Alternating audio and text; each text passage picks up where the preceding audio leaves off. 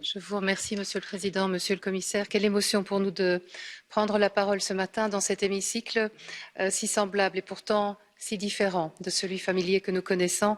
Nos premières pensées ce matin vont bien évidemment aux victimes, à leurs familles et nos remerciements infinis aux soignants et à tous les autres qui sont au front, qui sont en première ligne, bien souvent au péril de leur propre vie. Merci. Mille fois merci et merci aussi au nom de tous mes collègues qui n'ont pas pu, pour cause de confinement, être avec nous ce matin. La Commission a donc pris des mesures fortes pour faire face à une crise sanitaire et à un tsunami économique, social sans précédent. Je ne vais pas revenir sur les mesures annoncées par la présidente von der Leyen. C'est bien, c'est essentiel, mais ce ne sera pas assez. C'est un plan Marshall européen dont nous avons besoin, avec très probablement la levée des tabous que cela impliquera.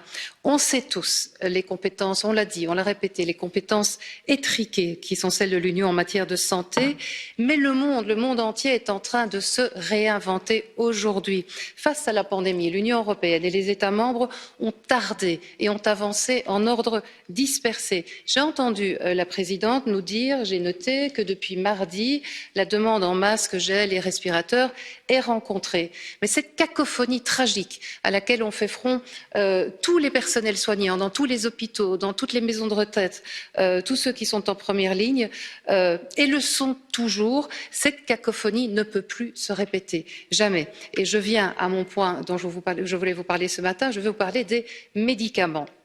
4 molécules sont testées en ce moment par les chercheurs de 7 États membres rassemblés sous la bannière européenne. Validation des résultats dans 6 semaines. On fait quoi en attendant? Les États-Unis et l'Inde avancent et font des OPA massives sur l'hydroxychloroquine. C'est l'une des 4 pistes, il y en a 4, qui sont investiguées, utilisées déjà en Chine et en France par le professeur Raoult. Une vieille molécule efficace contre la malaria qu'il s'agit maintenant de valider contre le Covid-19. En attendant, avec elle, on sauve des vies. Des problèmes de déontologie, mais je vous le dis, on sauve des vies. La Commission, à mon sens, doit prendre langue avec les labos pharmaceutiques et s'assurer que les stocks seront disponibles si et quand le traitement sera validé, que ce soit cette piste-là ou l'une des 3 autres. C'est un principe de précaution, purement et simplement, sauf à se dissoudre donc, car c'est aussi, et on ne l'a pas dit encore, une crise existentielle que nous traversons ici. Ne nous y trompons pas, cette bataille-là, nous devons la gagner, parce que le grand danger qui nous guette, ce serait le jour d'après de reprendre business as usual comme le jour d'avant. Ça, c'est un no way. Et donc, je suis confiante, moi, que l'Europe sortira réinventée et plus forte de cette crise. Je vous remercie. Grazie.